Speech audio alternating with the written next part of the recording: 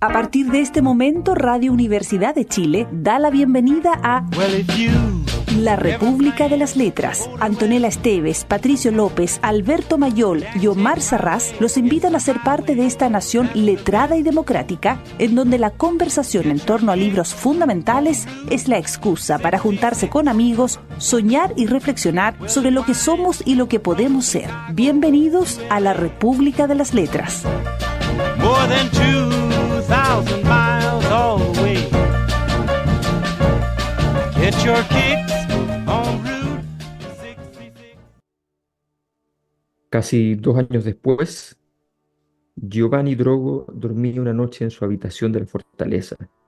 Habían pasado 22 meses sin traer nada nuevo y él se había quedado inmóvil, esperando, como si la vida debiera tener con él una especial indulgencia. Y sin embargo, 22 meses son largos y pueden suceder muchas cosas. Hay tiempo para que se formen nuevas familias, nazcan niños y hasta empiecen a hablar, para que se alce una gran casa donde antes solo habría un prado, para que una hermosa mujer envejezca y ya nadie la desee, para que una enfermedad, incluso de las más largas, se prepare y mientras tanto el hombre sigue viviendo despreocupado. Consuma lentamente el cuerpo, se retire en breves apariencias de curación, se reanude desde lo más hondo, sorbiendo las últimas esperanzas. Queda un tiempo para que el muerto sea enterrado y olvidado, para que el hijo sea de nuevo capaz de reír, y por la noche acompaña a las muchachas por las avenidas inconsciente a lo largo de las verjas del cementerio. La existencia de Drogo, en cambio, estaba como detenida. La misma jornada con idénticas cosas se había repetido centenares de veces sin dar un solo paso adelante. El río del tiempo pasaba sobre la fortaleza, agrietaba las murallas, arrastraba hacia abajo polvo y fragmentos de piedra, limaba los peldaños y las cadenas, pero sobre Drogo pasaba en vano. Aún no había conseguido engancharlo en su huida. También esa noche habría sido igual a todas las demás si Drogo no hubiera tenido un sueño. Había vuelto a ser niño y se encontraba de noche en el alféizar de una ventana. Esta noche en la República de las Letras, El desierto de los tártaros, de Dino Buzzati. Esta noche en la República de las Letras, entonces nos vamos a hablar un poco de la espera, de la pausa, de la nada, aquí en pleno desierto. Don Patricio López, Aquí estamos. Buenas buenas noches. noches. Don Omar Sarraz, Buenas noches, ¿cómo están ustedes? muy muy bien. Permiso, pero es que estoy aquí en plena primavera. Yo sé que ustedes Ah, tienen una luz mortecina y- y casi depresiva, pero estoy sumido aquí en el frenesí del arribo de los primeros turistas y de todas esas cosas, ¿no? Sí. sí. Eso, Tú, eso que se resume en como- noche, playa, lluvia, amas. ¿No? tu No Em, culpes. tu frase estuvo perfecta con la sola salvedad de casi depresiva. La palabra casi fue editada. Había que sacarla por completo. Oye, les voy a aprovechar entonces de hacer una breve síntesis del desierto de los tártaros para nuestro público, ¿no? Em, la novela es publicada en el año 40 em, y es famosa por ser como una de las novelas de la lógica introspectiva, ¿no? Em, la historia es simple. Un oficial, Giovanni Drogo, muy joven, es asignado a una remota fortaleza, Bastiani, que está en un desierto. Al principio, el joven ve la asignación como una oportunidad para probar su valía. Poco tiempo luego se da cuenta de que no tiene ninguna importancia. Pero sin embargo, asume que mejor se queda en el lugar, a pesar de que tenía una oportunidad limitada y con muchos riesgos de salir previamente. Eh, y básicamente durante el tiempo se va generando la idea de que de que esa fortaleza existe y es relevante en la medida en que se podría esperar, debiera esperarse un ataque de los tártaros. La amenaza nunca se materializa. Y sencillamente el tiempo va consumiendo la vida de los soldados. Esa es la trama general de esta novela, que es un desafío importante para un escritor, que es escribir sobre nada, o sea, sobre cosas que no se mueven. Siempre nos decimos, la escritura, la novela es un viaje, ¿ya? Y aquí justamente no hay nada de viaje, y Dino Buzzati asume ese desafío. Así que los primeros alegatos en esta corte, don Patricio López, don Omar Sarraz, quien quiera comenzar. Compañero, usted que ha sido nunca jamás desmentido en su afirmación de que toda novela es un viaje, como usted muy bien decía, esta es la primera vez, ¿no? Sí, Y aquella afirmación carece de su peso implacable. Miren, yo quisiera, en vez de hablar por mí, delegarle mi palabra a un señor de apellido Borges, ¿m? En esta primera intervención, que no en la versión que tengo yo, pero sí en otras, escribió el prólogo, un prólogo de apenas 3 párrafos. Pero yo no les quiero leer el prólogo completo, sino solamente les quiero leer el último párrafo. Y dice así, dice: este libro, que es acaso su obra maestra y que ha inspirado un hermoso film de Valerio Zurlini, está regido por el método de la postergación indefinida y casi infinita, caro a los Eliatas y a Kafka. El ámbito de las ficciones de Kafka es deliberadamente gris y mediocre, y sabe a burocracia y a tedio. Tal no es el caso de esta obra. Hay una víspera, pero es la de una enorme batalla, temida y esperada. Dino Buzzati en estas páginas retrotrae la novela a la epopeya que fue su manantial. El desierto es real y es simbólico. Está vacío y el héroe espera muchedumbres. Jorge Luis Borges. ¿Qué Bien. ¿qué se puede decir? decir? Claro. Solamente diría lo siguiente, ¿ah? Todo es real y todo es irreal, ¿no? En esta novela. Todo es literal y todo es poético. Todo puede ser alegórico y sin embargo la novela puede funcionar perfectamente en un plano descriptivo.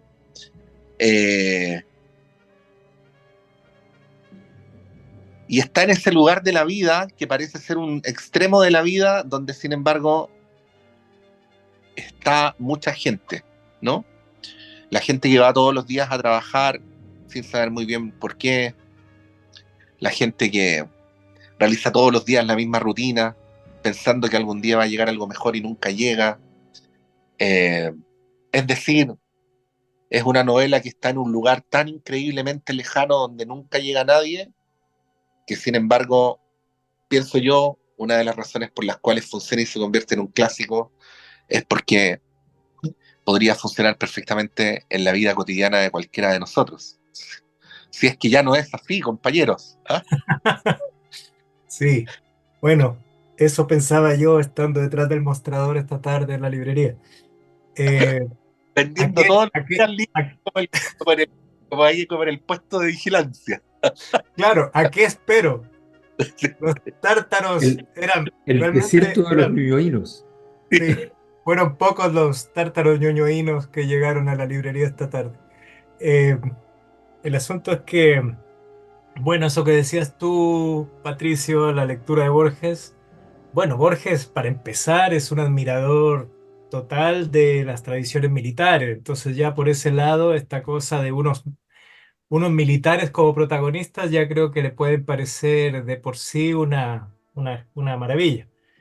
Eh, y luego está esto de el desierto de los tártaros, ese desierto que está al norte de una fortaleza derruida, una fortaleza que pasa los años sin que tenga aparentemente una función. donde se gasta la vida de los soldados, como dice Alberto, y alguna vez tal vez pasaron por ahí los tártaros en algún siglo lejano, pero es un acierto esto del desierto de los tártaros porque ya en el título hay un par de vocaciones, o sea, el desierto está tan míticamente unido a una serie de pruebas y de experiencias místicas o de revelaciones. Y por otro lado, los tártaros que evocan un poco la transhumancia, el otro que puede ser amenazante. Entonces, los tártaros existen y no vamos a hablar contra los tártaros, pero quiero decir que culturalmente tenemos ya esa carga con el término tártaro. Y bueno, a mí el mérito principal, yo creo, es que a diferencia de Kafka o de otras novelas existencialistas o otras novelas donde muestran el absurdo de la vida, aquí tiene la capacidad de mostrar este absurdo en una masa de gente. O sea, no soy yo que estoy con mis obsesiones encerrado en una pieza, dándole vuelta a las cosas. No es, qué sé yo, en Crimen y Castigo el estudiante que quiere probar sus teorías asesinando a la vieja usurera. No es este proceso sin sentido de Kafka, sino que es un grupo de gente que está dejando pasar su vida sin darse cuenta a veces de eso, y que mientras más pasa la vida, más rápido se va. Y esto lo viven mucha gente. Entonces no es una cosa que uno puede decir, esto es como una subjetividad, un no saber si es real o no, sino que salimos del individuo y hay un grupo que está probando que este asunto es real y existe. Entonces a mí eso me pareció una gran innovación respecto a las novelas donde uno está encerrado con sus fantasmas. Y bueno, y luego hay varias cosas más que decir, pero es impresionante esta emoción infantil por lo bélico, ¿no? Nosotros desde niños nos han dicho, los ejércitos están para prevenir, para evitar, para disuadir. Aquí lo que menos quieren los soldados es disuadir a nadie. Lo único que quieren es que ojalá llegue la guerra como una bendición y lleguen a ser ineptos porque ni siquiera, por el qué dirán o por lo que sea, ni siquiera advierten, oye, parece que puede ser que sean soldados, sino que se quedan dudando. Estemos seguros, ojalá lleguen más cerca de las murallas y cuando los veamos bien, ahí podemos dar la alarma, pero mientras tanto no nos emocionemos porque si Mm. resulta que decimos que vienen guerreros hacia acá y que vamos a tener por fin el día tan esperado, pucha, la desilusión que va a venir después, entonces los tipos incluso dejan que los otros se acerquen hasta, ¿será que vienen armados? Bueno, en Sí, Ah, 1940. misma cosa que Omar mirando a la gente pasar por Chile-España, ¿no? Mejor no Claro, hagamos mucho tendrán, para entrar o no. claro, y esto es 1940 esta novela, o sea, todo el mundo emocionado porque al fin llega el gran día que le va a dar sentido a nuestras vidas. imagínate lo que es. No, pero Sí. a mí me pasó que tuve tres referencias durante toda la lectura, ¿no? Una, Esperando a Godot, ¿ya? Qué duda. Que no acabe. La otra es una experiencia que se las voy a resumir porque es mucho más atractiva literariamente, pero es una experiencia personal, por tanto no puedo remitirme a un libro, sino que me remito a algo que es impropio de mí, que es una experiencia real, ¿ya? Y es que en aquel beligerante, revolucionario, lleno de esperanza, amplio y abierto 2011, tenía que ir a dar una... Ese fue un día muy extraño porque yo tenía que dar un informe al directorio del Banco del Estado donde yo trabajaba y luego de eso me iba en el auto del banco raudamente a una serie de conferencias en el marco del movimiento estudiantil, ¿ya? Entonces, eh, a sabiendas de la gente del banco, a sabiendas del hermano del presidente, de hecho. Eh, y entonces voy después a los eventos, y el último evento era en la Universidad Arcis, ¿ya? Que estaba en toma, por supuesto, ¿ya? Los demás estaban en paro y qué sé yo, pero eso estaba en toma. Entonces llego y trato de entrar, toco el timbre, qué sé yo, y entrar era difícil porque había una toma, ¿ya? Y una de las razones por las cuales era muy difícil entrar era porque no te podían abrir así nomás porque estaban esperando la llegada del ataque de carabineros, que había una señal, había llegado el rumor de que un contingente importante de carabineros iba a hacer un enfrentamiento contra ellos en la universidad. Yo además me preocupé porque dije, bueno, vengo aquí de invitado a dar una conferencia y de repente me dicen que estoy en medio de un conflicto armado, ¿no? Entonces, pero bueno, pero ya que estamos aquí puestos en la situación, yo me hago cargo de mis situaciones y sigo insistiendo en que debo entrar a hacer mi trabajo. Y cuando me abren, ¿ya? La fortaleza, porque era una fortaleza, efectivamente, eh, entro y adentro, en ese tiempo no eran habituales las series post-apocalípticas, ¿no? Pero esto ya lo era, ¿ya? Habían unos tambores con fuego para calentarse porque era un invierno duro de haber sido el 2 de junio, si no me equivoco, creo que el 2 de junio. Eh, No, primer no, viernes de junio, no nos olvidemos que una de las marchas míticas del 2011 fue bajo la nieve, güey. bajo la O sea, nieve, lluvia fue la marcha de los paraguas, ¿te acuerdas? sí, la Sí. marcha de los Paraguay. Y otra fue Tarde, la marcha con nieve, sí. exactamente. Entonces me hacen entrar, entro y aparece el líder. Y el líder era un muchacho vestido de Michael Jackson, ¿ya? ¿Ya? El de Thriller, el Jackson de Thriller, ¿no? Ya. Y entonces era todo así una cosa insólita. Bueno, yo llegué a las 5 de la tarde porque a las 5 era el evento, ¿ya? Pero comenzó a las 9:30 de la noche, ¿ya? Entonces, fue una larga espera.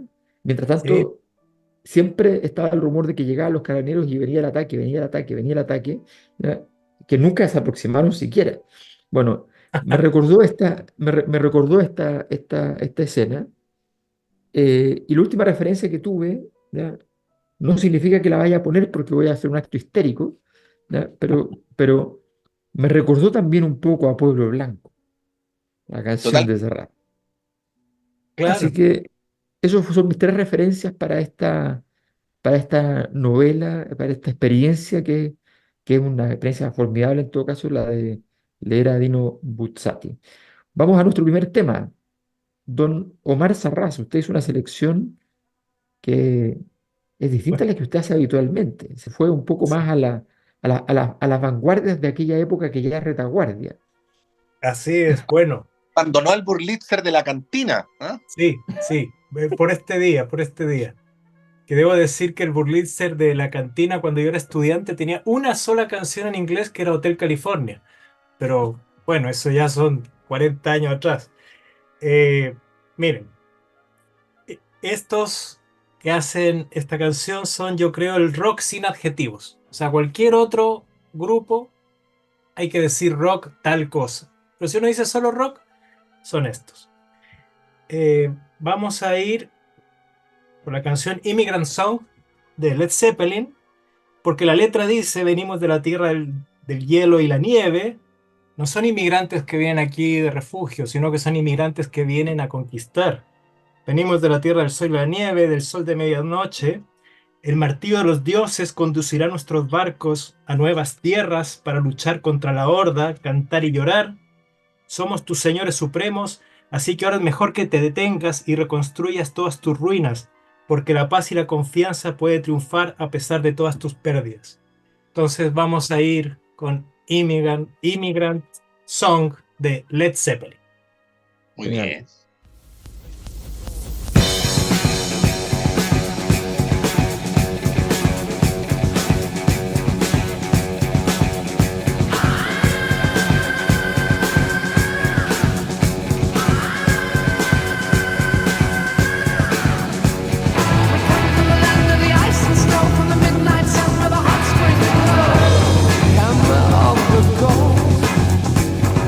Drive our ships to new lands.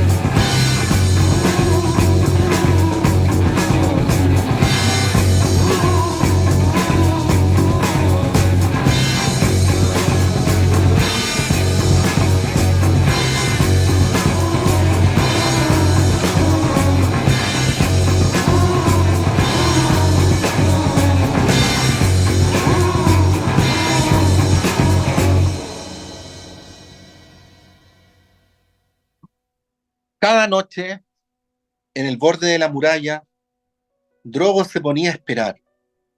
Cada noche la misteriosa lucecita parecía acercarse un poco y hacerse mayor. Muchas veces debía de ser solo una ilusión nacida del deseo, pero otras era un efectivo progreso, hasta el punto de que finalmente un centinela la avistó a simple vista. Después se comenzó a divisar incluso de día sobre el blanquecino fondo del desierto, un movimiento de pequeños puntos negros, igual que el año anterior, solo que ahora el anteojo era menos potente y por tanto los extranjeros debían de haberse acercado mucho más. En septiembre la luz de la presunta hora se distinguía claramente en las noches serenas, incluso por gente de vista normal. Poco a poco, entre los militares se volvió a hablar de la llanura del norte, de los extranjeros, de aquellos extraños movimientos y luces nocturnas. Muchos decían que era una carretera, aunque no lograban explicarse su finalidad. La hipótesis de una obra militar parecía absurda. Por lo demás, los trabajos parecían avanzar con extraordinaria lentitud respecto a la grandísima distancia que quedaba. Una noche hasta se oyó a alguien hablar en términos vagos de guerra, y extrañas esperanzas empezaron a revolotear entre las murallas de la fortaleza. Dino Buzzati, el desierto de los tártaros. En esta noche de espera, de vana espera. Sí, una de las cosas que también llama la atención de la obra es esta figura de la fortaleza, ¿no? Porque cuando él llega a la fortaleza es decepcionante, porque te dicen, oye, tienes que llegar a la fortaleza y entonces ahí tal cosa, y tú llegas y a quien no le ha pasado, digamos, y la fortaleza no es lo que uno esperaba, ¿ya? Como una especie de expectativa de Tinder, por ejemplo, como, como tantas experiencias en la vida que uno le dicen, no, olvídate, vaya a ir a un lugar que es increíble, como la venta de vacaciones de verano, ¿no? ¿No? Todo ese tipo de cosas. Entonces la expectativa era muy distinta y cuando tú llegas y que la fortaleza además sea como una especie de lugar de ruido, a medio camino entre lo histórico y lo ridículo, digamos, también es un elemento todo esto además está dicho con mucha elegancia, entonces si uno lo lee como con desatención, lee una novela sin ningún tono satírico y que básicamente te habla de una fortaleza, te habla de unos militares, te habla... o sea, todo lo que estamos dando connotativamente podría destruirse perfectamente si no se queda en el elemento denotativo de la obra, porque la obra es muy poco, busca muy poco la elocuencia de la ridiculez de la escena, no intenta destacarla, por el contrario, más bien se ciñe a las estructuras más conservadoras al respecto. Sí, eso sí, con una prosa deliciosa y exquisita. Sí. Bueno, la fortaleza te quita la fortaleza. Eh, Así. el asunto es que a mí la referencia que me surgió inmediatamente fue Esperando a los bárbaros de Cavafis, y es como que esta novela fuera a poner en novela ese poema, ¿no? Entonces ahí, por ejemplo, cuando dice, qué serios se han puesto los rostros, ¿por qué se vacían las calles y las plazas y todos regresan pensativos a sus casas? Porque anocheció y no llegaron los bárbaros. Y unos vinieron desde las fronteras y dijeron que los bárbaros ya no existen. ¿Y ahora qué va a ser de nosotros si los bárbaros? Esos hombres eran una especie de justificación. Entonces, es como eso, ¿no? Es como que, chuta, la emoción, el sentido de la vida está jugado aquí en el asunto bélico, en la guerra. Y aquí los soldados no es que digan que su función, su mérito es que disuaden, sino que más bien su mérito sería entrar con el sable y jóvenes ser grandes héroes. Incluso se destaca mucho a uno que murió en una campaña, que fueron a la montaña y se muere congelado por propia voluntad. Murió joven, murió como héroe, no combatió, pero es el que más lejos llegó de todos nosotros. O sea, es una cosa que estamos en 1940 y no sé, otra referencia que tenía yo por contraste era Sin Novedad en el Frente, que muestra todo el horror de la Primera Guerra Mundial. Y yo creo que ahí seguían siendo muy minoritarios los pacifistas. O sea, sigue esta cosa del honor, del sentido de la vida, de impresionar a las mujeres. Y bueno, eh, Antes, está, antes que llegara esa generación que devastó, tuvo una larga tradición humana, claro, que reblandeció los espíritus. exacto. O sea, aquí todo era todavía marcial, todavía había cosas, o sea, era una cosa destacable. Entonces, bueno, Tal cual. es En Italia, Mussolini, ¿no? Sí, pues. exacto. Plena Guerra Mundial. Sí, yo pensaba, no es exactamente igual, pero pensaba en en algunos tipos de personas del Chile contemporáneo o de cualquier país en realidad que son Alberto Omar, estos oficiales de la Armada que los mandan a cuidar y hacer funcionar el faro en los lugares más insólitos, ¿no? En una isla perdida en medio del sur, donde solo se les permite llevar a las familias. Creo alguna vez haber visto en la televisión la entrevista a alguno de ellos, que llegan ahí algunas veces como castigo, otras veces por algunas solicitudes existenciales extrañas, y que al cabo de un tiempo, donde en un lugar donde solo hay frío, soledad, donde a nadie le importa, porque bueno, ahora estarán más desarrolladas las comunicaciones, pero ustedes entenderán que para el funcionamiento cotidiano de la Armada, que haya un oficial en un faro, en una isla, en medio de la Patagonia, eh, no significa absolutamente nada, ¿no? Así Y es. se le entrevista a esa persona y suele decir, bueno, estoy haciendo patria, ¿no? Es lo Eso. primero. ¿Ah? Estoy haciendo patria aquí, estoy haciendo soberanía, ¿no?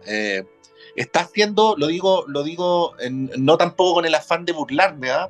Está haciendo algo, se supone, por todos nosotros, a pesar de que a ninguno de nosotros nos importa lo que él está haciendo, de hecho lo ignoramos, ¿no? Y adicionalmente, ese lugar, que es un lugar donde se podría enloquecer, y de hecho sucede, tal como en el desierto, ¿no? Y ahí vuelvo a la novela, es un lugar cuya vastedad, cuya inmensidad, te hace no querer volver a una vida, entre comillas, normal, ¿no? Hay que recordar que en más de algún episodio de la novela, Drogo tuvo la oportunidad, incluso al principio, a los 4 meses, de pedir traslado, en fin, de volver, y finalmente terminó teniendo una extraña fascinación por ese lugar completamente perdido, ¿no? Y lo menciono porque muchas veces en la novela, en los ojos de Drogo, ¿no? No es una descripción directa del narrador, sino a través de los ojos de Drogo se describe un paisaje que hasta puede llegar a ser hermoso, ¿no? Y Mm. bien se sabe, Alberto y yo tenemos amigos en el norte, ¿ah? Que la belleza del desierto es un gran tema de conversación. ¿Ah? Eh, no sé si Por supuesto, a través del método científico se podría demostrar aquello. ¿Ah? por supuesto, por supuesto. No, yo creo que la obra además tiene esta cosa esta parte de la epopeya un poco ridícula, digamos, pero tomándosela en serio. Por eso el comentario de Omar, con su habitual cizaña, en este caso enfrentándose a Borges, ya no es poco, ya no es poco, ¿ya? Va No, subiendo el nivel, no. ¿ya? Va subiendo el nivel. Eh, no hay nadie más humilde, nadie más humano que el pobre Borges, y aquí se le viene a denostar, pero no importa, está bien, está bien, está bien. Eh, sí, admiraba a los militares como admiraba los triángulos equiláteros, porque eso es exactamente lo que le pasaba a Borges, que era capaz de admirar tantas cosas al mismo tiempo, salvo a Vargas Llosa y a Ya, Neruda y a ya, Mistral. ya, no, maravilloso. Oye, busquen ahora que está todo en TikTok, en YouTube, busquen ahí Borges Neruda, Borges Vargas Llosa, Borges Mistral, y Sí, son unos bocados, ¿ah? sí. Así, en breve Eh, la hace todas, así, en dos palabras. claro, En- en- pero no le da vergüenza y le dice el entrevistador, pero si yo no tengo que responder, usted tiene que responder. No le da vergüenza escribiendo de cebollas, de... ¿Cómo? Terrible, terrible, terrible. Bueno, em, Bueno, es una novela muy descriptiva que sí, bueno, todo, y antes de que vayamos al tema, eso, ¿no? El quedar atrapados en una forma de vida, como tal vez lo estamos todos allá, tal vez más notoriamente porque no hay hijos, no hay familia, cuando era una exigencia social más o menos, es casi una renuncia al mundo en esa fortaleza. sí. Sí, Déjame terminar con antes de ir al tema que Patricio le corresponde señalar. protocolo. Solo leo un fragmento muy cortito, que tiene que ver con la fortaleza y con el estilo de la obra, ¿no? Dice, en las noches tranquilas, cuando el cielo estrellado se extendía sobre el desierto inmenso y vacío, Drogo sentía que la fortaleza no era más que una prisión dorada, una trampa de ensueños vanos, donde él y los otros oficiales se consumían en una espera eterna.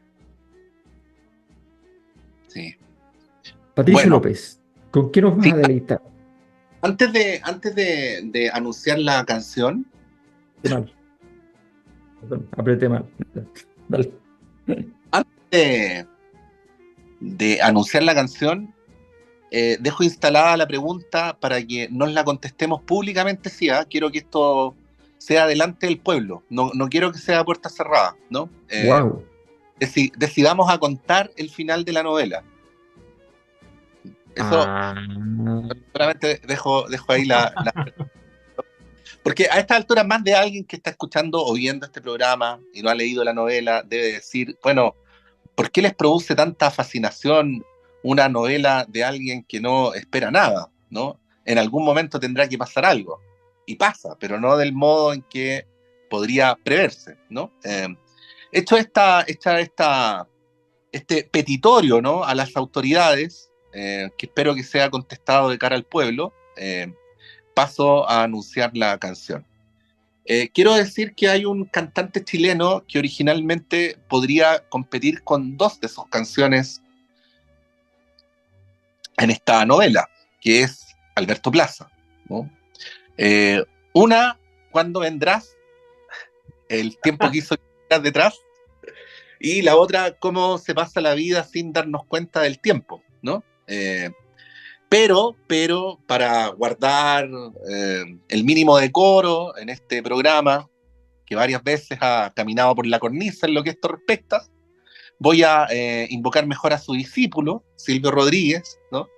Con esta canción que se llama y en donde en una parte dice, yo sigo esperando que lleguen cantando la lluvia y mi hora, ¿no? En este caso sería la hora del combate final. Vamos con eso.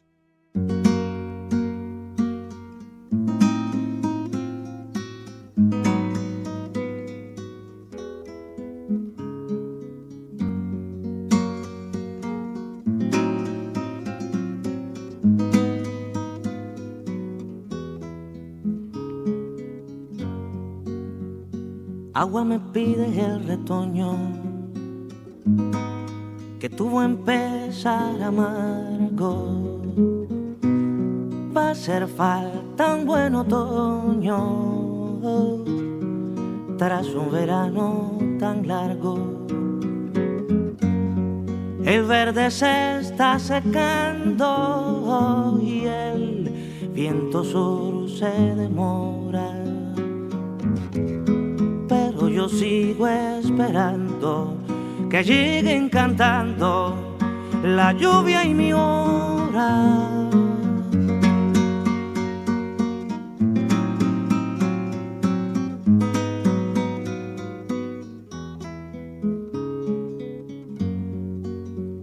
Yo soy de un oficio viejo, como el arroyo y el viento,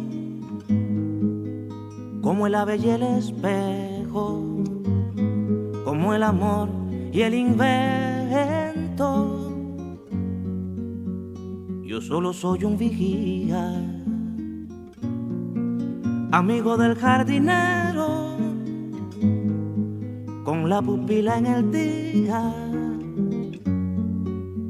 que llegará el aguacero. Yo solo soy un vigía, amigo del jardinero.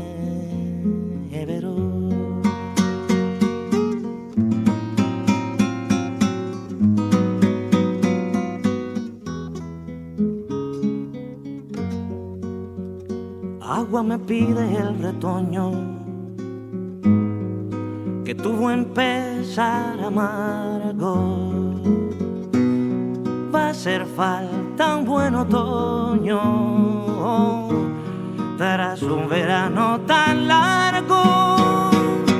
El verde se está secando y el viento sur se demora, pero yo sigo esperando que lleguen cantando la lluvia y mi hora.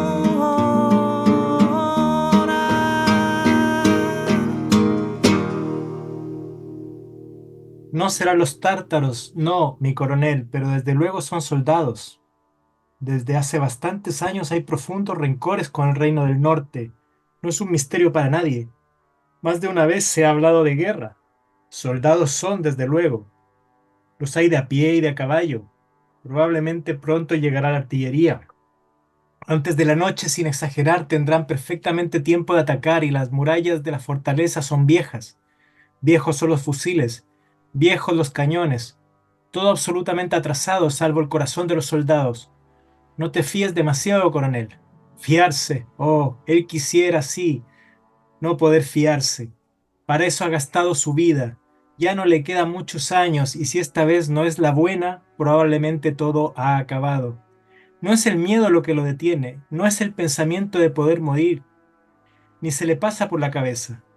El caso es que al final de su vida, Phillimore veía repentinamente llegar la fortuna con coraza de plata y espada teñida de sangre.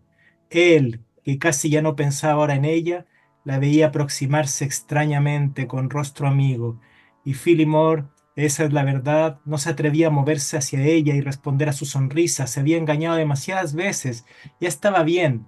Los otros, los oficiales de la fortaleza, habían corrido inmediatamente a su encuentro, festejándola.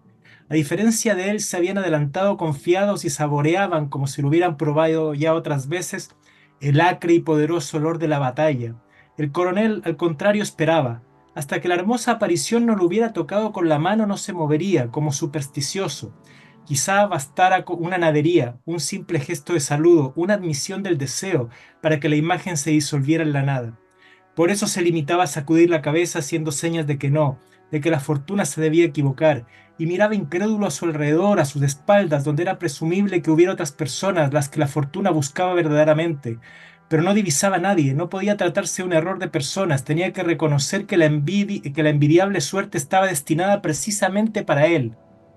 Hubo un momento con las primeras luces del alba cuando en la blancura del desierto se le apareció la misteriosa franja negra, un momento en el que su corazón había jadeado de gozo.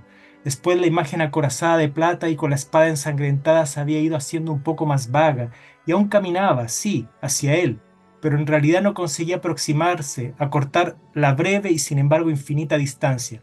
La razón es que Phillimore ha esperado demasiado, y a cierta edad esperar cuesta un gran trabajo. Ya no se recobra la fe de cuando se tenía 20 años. Demasiado tiempo ha esperado en vano, sus ojos han leído demasiadas órdenes del día, demasiadas mañanas sus ojos han visto esa maldita llanura siempre desierta. Y ahora que han aparecido los extranjeros, tiene la clara impresión de que debe tratarse de un error. Demasiado hermoso, si no. Debe haber bajo todo un garrafal error. Vamos leyendo El desierto de los tártaros en esta noche de la República de las Letras, donde la historia está contada además con caballos, con infantería, como un ejército todavía de siglo XIX, principios del XX, ¿no? Todavía está esta cosa retrospectiva, yo creo que para resaltar esta cosa caballeresca, este Mm. asunto del honor, donde es más, lógicamente, sobre caballos que dentro de un tanque. Como que Compañero, estuvieran hablando. señor Sarraz, si usted tiene algo en contra de las Fuerzas Armadas y de los valores patrios, No, mejor diga, no. no, mejor dígalo directamente y no se esconda detrás de los libros. Para mandar. ¿Mm? Sí, No, sí. ¿cómo podría yo que no sé cargar un arma, no, que no puedo defender a la patria? Esa No, por lengua, Dios, por esa Dios. lengua que Dios le dio. Sí, sí. Nada. A ver, yo tengo una encomienda en un momento como este, ¿ya? Y es que yo he tratado de desafiar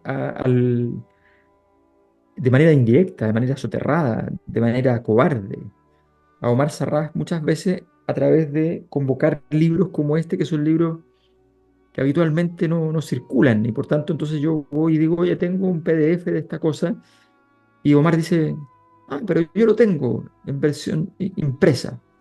Y yo pensaba que lo iba a pillar y no lo pillé nuevamente. Y eso tiene solo una razón, una causa eficiente, pero también una causa final. Librería Clepsidra, José Pedro Alessandri 94, justo a la salida del Metro Chile-España, exactamente allí donde Irarrázaval y Macul se encuentran, que es lo mismo que decir José Pedro Alessandri, pero a los chilenos no nos gusta decir José Pedro Alessandri, no sé por qué, y decimos Macul, ¿ya? Antes de que cool fuera un sonido relevante para la subcultura actual.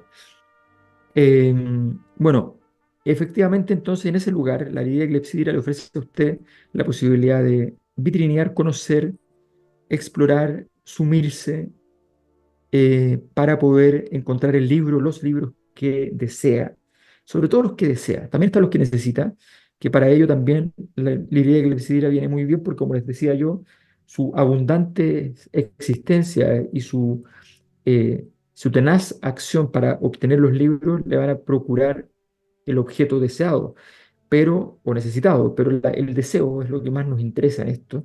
Así que usted vaya a explorar. Y si no quiere ir a explorar y quiere comprar por necesidad a distancia, fríamente, frío como el viento y peligroso como Marx, entonces usted puede ir y hacerlo en la página web de la Librería Clepsidra. A través de sus redes sociales puede llegar a la página web también. Está en Facebook, está en Instagram, en fin. Pero quiero seguir hablando de desafíos, luego de mencionar a Clepsidra. Quiero seguir hablando de desafíos porque Patricio nos ha desafiado. Patricio nos ha desafiado. Y los De cara, Públicamente. desafíos, de cara al país. sí, pero los desafíos a duelo merecen una mirada, perdón por esto, perdón por esto, pero ahora no tanto en él hoy día, una mirada masculina, ¿ya? ¿Cómo no recordar a Alexander Hamilton, padre de la patria norteamericana, que desafió a duelo a su principal contradictor en las reuniones políticas? ¿Cómo no recordar a Alexander Pushkin, que desafió también a duelo a aquel poeta y escritor que lo empezaba a hostilizar? ¿Cómo no recordar a Andrew Jackson, que fue contra Charles Dickinson? ¿Cómo no vamos a recordar a Lemontov, que también desafió, o a Manet, que también desafió a duelo, o a Ben Jonson? Ben Jonson, ustedes saben que no es el corredor, no. Es el escritor del año 1600, famosísimo en la época más que Shakespeare, y que ahora ha entrado en una, o sea, ahora no, hace ya rato que Shakespeare lo pasó por todo lo alto. Pero Ben Jonson con Spencer también. Está lleno de duelos importantes. Y ahora Padre nos dice los desafíos a duelo. ¿Y cuál es el duelo? El duelo es que tenemos que tomar la decisión de si somos unas marionetas de la historia, unos cobardes, esa gente que le dicen spoiler y huye, ¿ya?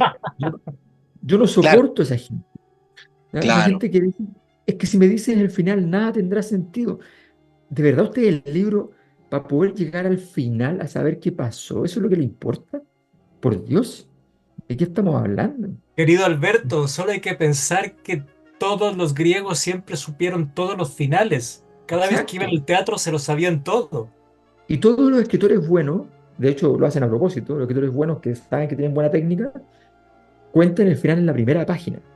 García Márquez, Crónica de una muerte anunciada, eh, Risa en la oscuridad, en fin, está lleno de libros que uno podría citar al respecto. Bueno, entonces yo obviamente considero que al finalizar este programa, sin ninguna duda, nosotros debemos contar el final del libro.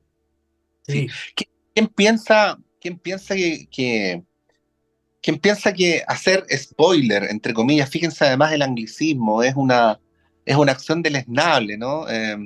Pertenece a esa categoría que ha destruido la patria, la sociedad chilena, que es la generación de cristal. O sea, la verdadera ofensa no es contar el final de algo, ¿no? Que quede claro.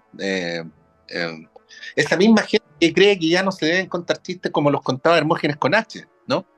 Eh, pero bueno, volverá, tal como estaban volviendo todos aquellos.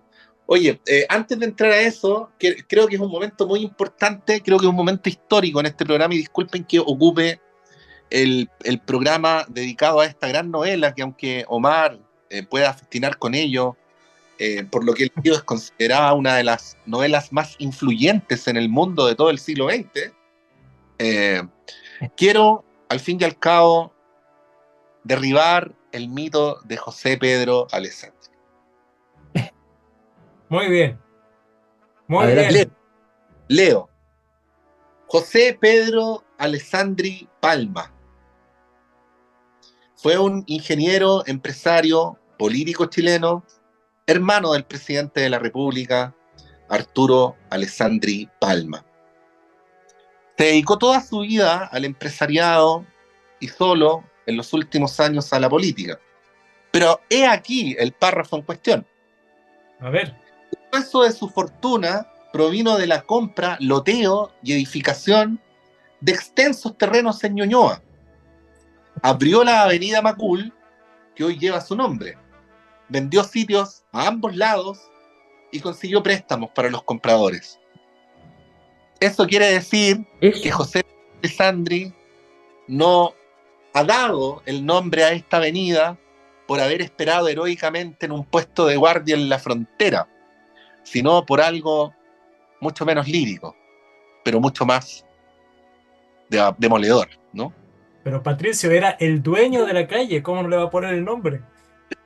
Es que eso es lo terrible es que pase el tiempo y no seamos capaces de tener, no sé, hay cientos de escritores importantes. Por de pronto, la calle Neruda y la calle Mistral no son avenidas principales, no existen, son unas calles chiquititas ahí puestas en cualquier parte. Entonces, mínimo, ya, mínimo. Y estos señores que eran los dueños del lugar, el señor Irarrázaval, el señor Irarrázaval era Irarrázaval Larraín. Entonces, para homenajear sus dos apellidos, tienen Irarrázaval y después Larraín. Entonces, entonces creo que sí, vale la pena eh, que hagamos una pequeña revisión al respecto. Podríamos Sí, levantar una campaña de firmas para cambiar el nombre de José Pedro Alessandri por eso. Giovanni. Eso me gustó, me ¿Ah? gustó. Y Bueno, Clepsidra está a cargo. Clepsidra está a cargo. muy Sí. bien, muy bien. Yo lo único que aprovecho de decir que cuando veo nombres, calles con nombres así como Pedro Torres, por ejemplo, que aquí tú vivías en este barrio, Alberto, todas estas calles que tienen esos nombres, yo digo, Yo vivía en Ortuza. claro, usted vive en Ortuza y resulta que, ¿cómo se llama? Reyes, ¿cómo se llama?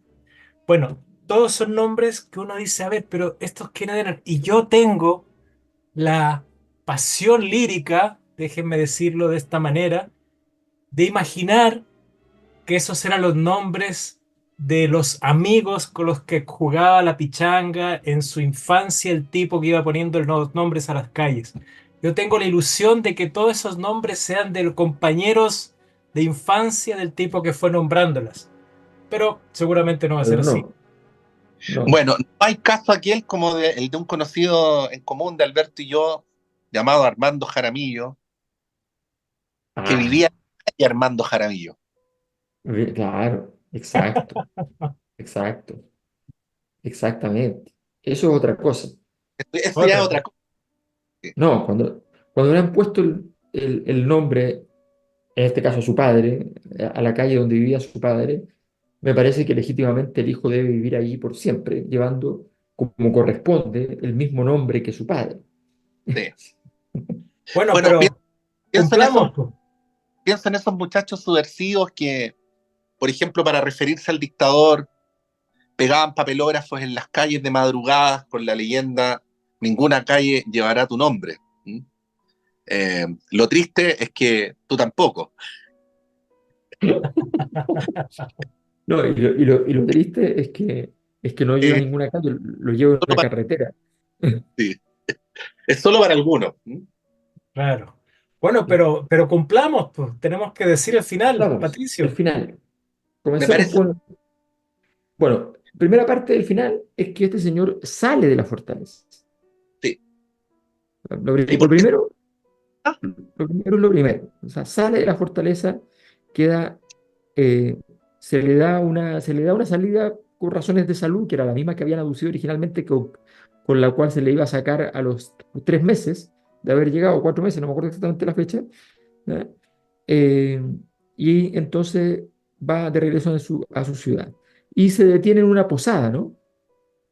Se detiene en una así es. posada y resulta que en ese momento, eh, en la posada, luego de haber estado en la fortaleza esperando la heroica lucha y la posible heroica muerte, resulta que en la posada va a encontrar su muerte. ¿Ya? La va a encontrar, y cuando se da cuenta que está ocurriendo esto, entonces se comprende una cosa que ya era evidente para cualquier observador externo y que probablemente vale para todos nosotros, que había malgastado su vida. Eh, y entonces muere solitariamente en la posada, sin ningún ánimo heroico, sin ninguna belleza, con la mera tristeza de, de la nada, de otra nada, no la nada que tenía antes, sino que aquella que conquistó después, justo en la transición, ni siquiera habiendo llegado a algún lugar. ¿Ya? ¿Cómo morir en la transición? Una excelente obra política también podría ser. No, y además finalmente su gran gesta fue morir sin haberle tenido miedo a la muerte. Ah, Exacto, sí. exacto, exacto. Eh,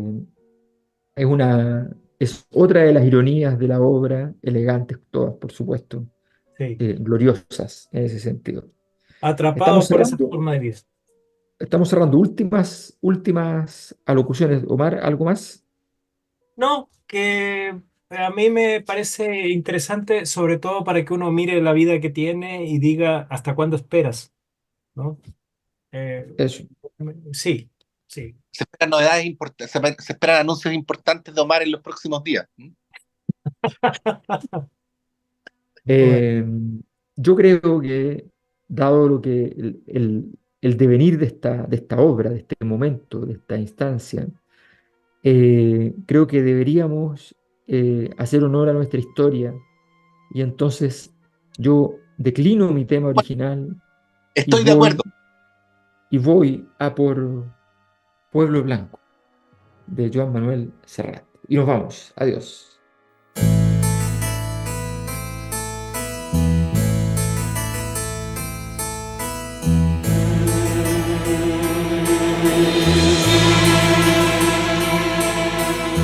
Colgado de un barranco, duerme mi pueblo blanco, bajo un cielo que a fuerza de no ver nunca el mar, se olvidó de llorar.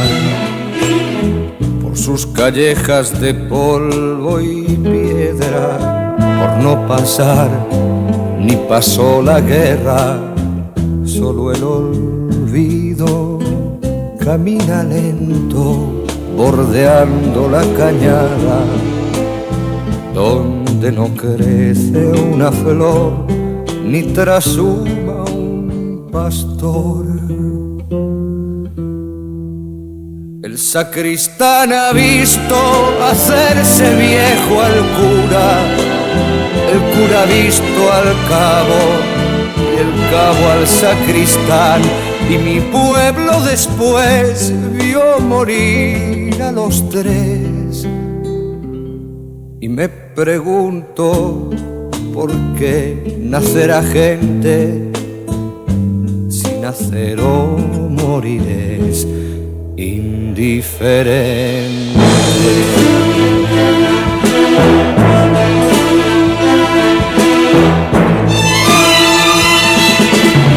De la siega a la siembra se vive en la taberna, las comadres murmuran su historia en el umbral de sus casas de cal, y las muchachas hacen bolillo buscando ocultas tras los visillos a ese hombre joven que noche a noche forjaron en su mente, fuerte para ser su señor y tierno para el amor. Ellas sueñan con él y él con irse muy lejos de su pueblo, y los viejos sueñan morirse en paz, y morir por morir quieren morirse al sol. La boca abierta al calor, como lagartos medio ocultos tras un sombrero de espanto.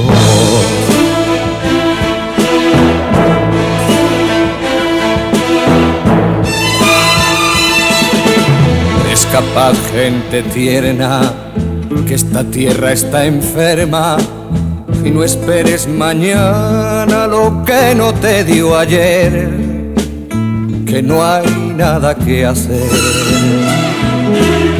Toma tu mula, tu hembra y tu arreo, sigue el camino del pueblo hebreo y busca otra luna.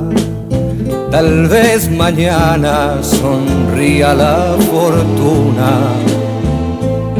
y si te toca llorar, es mejor frente al mar. Si yo pudiera unirme a un vuelo de palomas y atravesando lomas dejar mi pueblo atrás, juro por lo que fui que me iría de aquí. Pero los muertos están en cautiverio y no nos dejan salir del cementerio.